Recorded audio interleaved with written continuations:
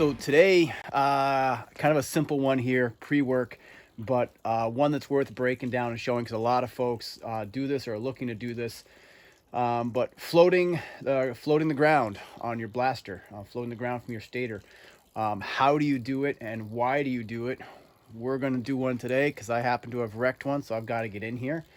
And I want to do LEDs and perhaps some After Effects or some glow lights on the blaster. So let's show what we're going to do. Let's look at the why, and then let's do it. And then anybody can do this. Oh, and I'm going to put a charging system. Well, that's the point. I guess there's a couple of points, so we'll get into it. So let's start here. Here is the blaster, one of the blasters. I'm building the other one.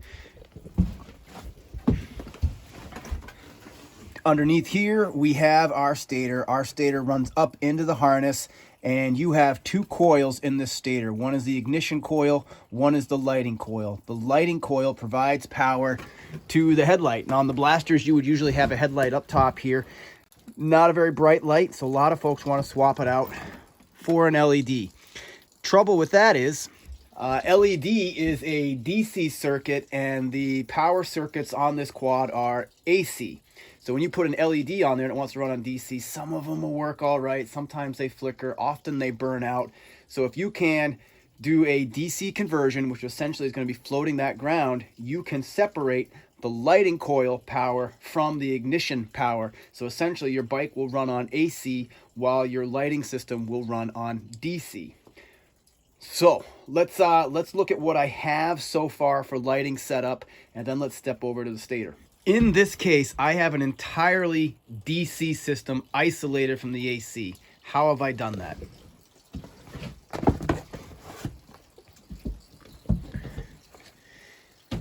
Underneath here, this is just a Mighty Max battery. Matter of fact, if I move the wires, you can see the model number underneath there, and just a little power meter that I can hit here.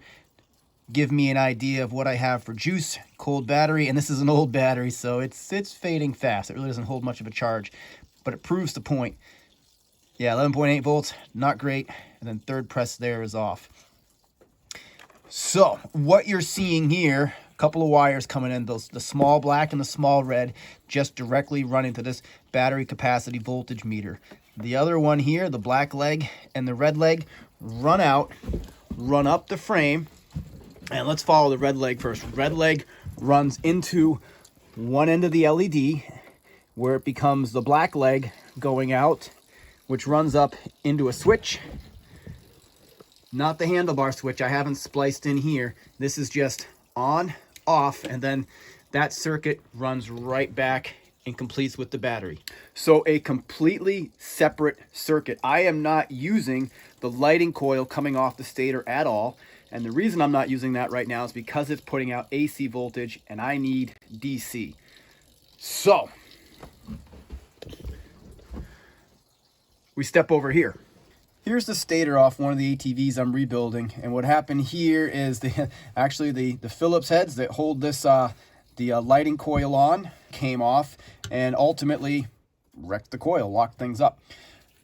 So what we have, this is an OEM stator plate, no markings. We have an RM stator over here. We're going to check this thing out, but one of the things that is nice about this plate, it has the timing marks. So not the point of this video, but you can adjust the timing either by advancing or retarding the timing by rotating the plate within the quad. The more you advance the timing, the more you shift the power band up into the higher RPMs, but you rob power band from the lower RPMs. So a lot of guys might run 4 and 5 degrees of advanced timing to get that extra top end punch. So we'll play around with that as well. Shifting back. On the OEM stator, this is for a Gen 1, 4 wires coming off of it here. This one would fit on a Gen 2, and you have 1 extra wire, this white green here. And to make this work on a Gen 1, fortunately in the case, there's an adapter here. Stick this on like so, and you'll end up grounding this back out to the frame. And this is because on the Gen 2, this would plug into a slightly different harness running back up to your ECU. So this makes it effectively a Gen 1. Now we have the same match out here. Your black goes into the harness as your ground. This is the same. Now, recognize that the Blaster in its state now, this ground is effectively an AC ground, and it grounds out to the frame. This will tie into the frame. We have these two here, which are for the ignition coil, your white red and your black red. This guy here is your lighting coil. The other thing I'll call out on this, and it's not visually noticeable, but this is a high output stator. The factory OEM is 55 watts for your light. You can buy either just the coil and solder it in, or a whole kit. They'll take you up to 75 watts. So there's more power going out here. Hey, more lights, more whatever you want to do. So floating. All right. So this big coil pack here, this is going to generate the power for the lighting coil, ignition coil.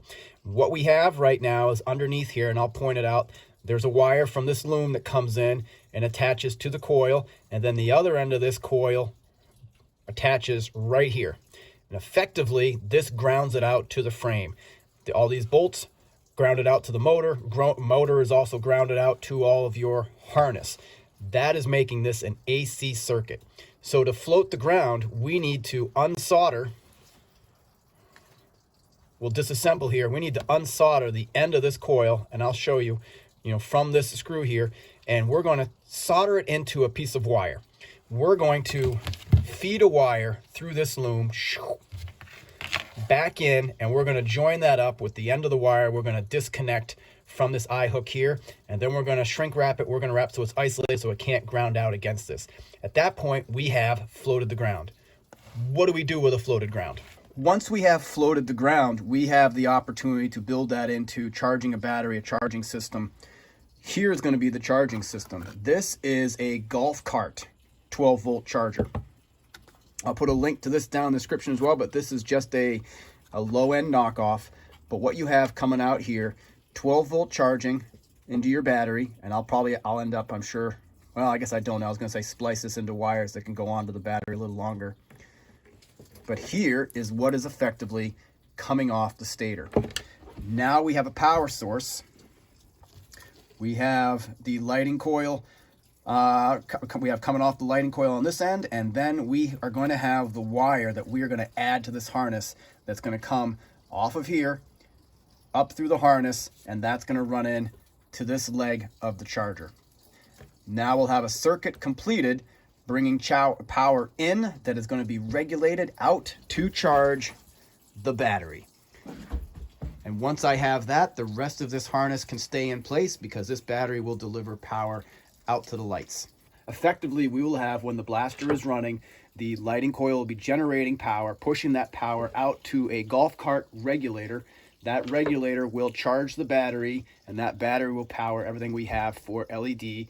And my switch for that is just that handlebar switch. It's not integrated with the existing controls today. I might do that down the road, but for now, this guy is how we're controlling the lights. So I'm going to set the camera up and kind of work through disassembling here. I need to get a piece of wire. I'm going to pull that off an old harness. This is an old Tau harness, and I'm going to grab a black out of here somewhere. I'm going to pillage because this harness is cut up, and I don't expect to use this again unless I'm salvaging a connector.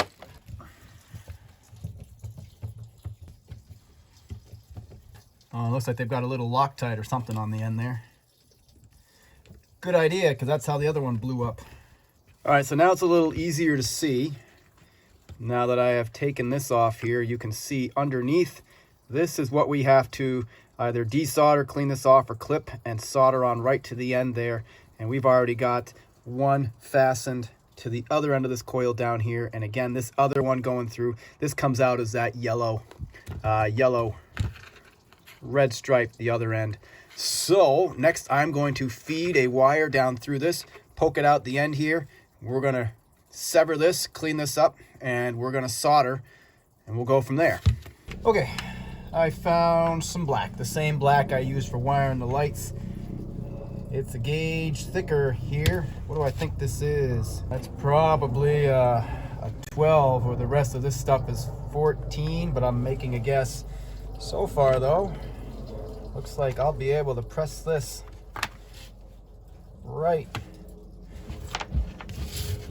down and into the stator. Ugh, look at that, perfect. Go through the boot. Now this boot has room for one wire. There's a slot there. Had to punch a hole because it didn't go all the way through. Let's see if that's enough. Oh, look at that. Got it. That wasn't too bad.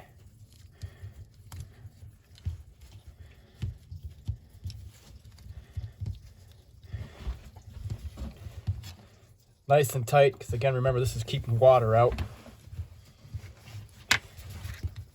Let's take this plate off the back. All right, coming together. Now, from what I can tell, this has been fed up, bent over, crimped, and soldered. So I'm going to have to cut right here. Here we go. Ta-da! I've now broken a perfectly good stator.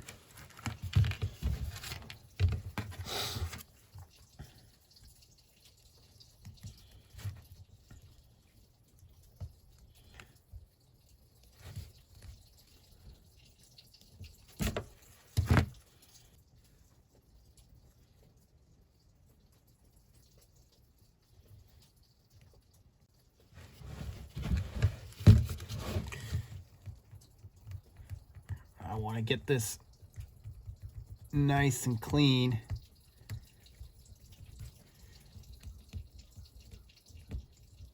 So I get a good connection.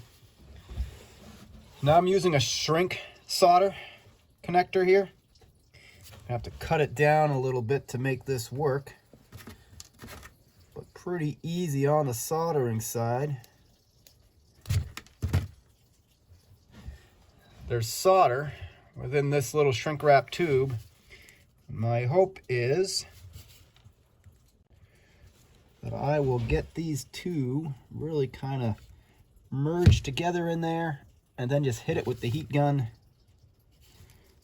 and maybe, just maybe, things can be that easy. I'll show you there with that. I've got the coil pressed through. I've got the wire through. Let's hit that with a little heat.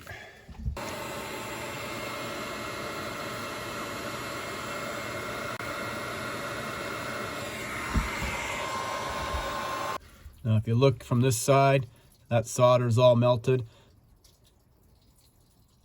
And we are shrink wrap protected. Very good. To be thorough here is the stator. Stator's going to install behind the cover. You've got your grommet. Here's where your grommet is going to pop out, run back into the harness. Everything is going to go like for like, except that this downstream leg of the yellow red, in our case, isn't going to plug in because we're not using the AC system back through OEM lights up top. We're running LEDs. Instead of that, coming off the harness here, that yellow red is going to go into this regulator, the golf cart regulator. The line we just ran from floating the lighting coil is going to run into the other leg of the regulator here. So these two are going to join together, and then you've got the output of the regulator, your charging circuit. Charging circuit's going to go to the negative, positive on the battery. And finally, you have, if you have it on your stator, if you're just floating an OEM stator, you won't have this extra line. If you do, this needs to be grounded to the chassis. Note that this is a plastic cover, so probably going to have to ground this to a motor bolt back in here, maybe a head bolt, but it's got to be grounded somewhere that's clean where you can make a good connection. And at that point, you have a charging circuit. And when the quad is running, you could come back here, press the button and you should be able to see the voltage. And see, this battery is toast, but I should see this pushing 13, 14 volts when it's running, when it's charging the battery. Now I'll note this battery, this little Mighty Max style battery, is the same battery that comes off these little Taos. These Tao style Mighty Max batteries will fit great in the Blaster box, but you'll have to trim this part of the panel out here. And to do that, I ended up just using tin snips and a little bit of a grinding attachment you use for porting and polishing, just to clean up and then set it right down in there. Fits perfect. So that's it. I hope that's helpful there. You can either just float your OEM and be good to go. In my case, I have the RM Stator. It's a Gen 2, had an extra wire. I've shown you how to deal with that.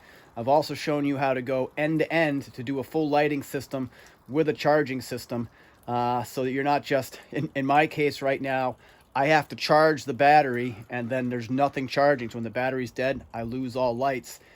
And I've also shown you how to isolate the DC charging circuit from the AC ignition circuit, so you can do whatever you want with lights, with USB charging, 12 volt, whatever you can dream there. So I hope that was helpful. So if this is interesting, keep following along. We've got a lot more coming on this Blaster build. The frame is out for powder coat, swing arm, carrier, hubs, spindles, things like that. Motor port and polishing getting done, but also we'll be doing a full front YFZ 450 hydraulic brake conversion, also a rear hydraulic conversion from CTI for this Gen 1. Got a lot of cool things going into this, so a lot of prep work right now. But if this is your thing, follow along, because we've got a lot more to do to get this thing pulled together. But it's going to be fun.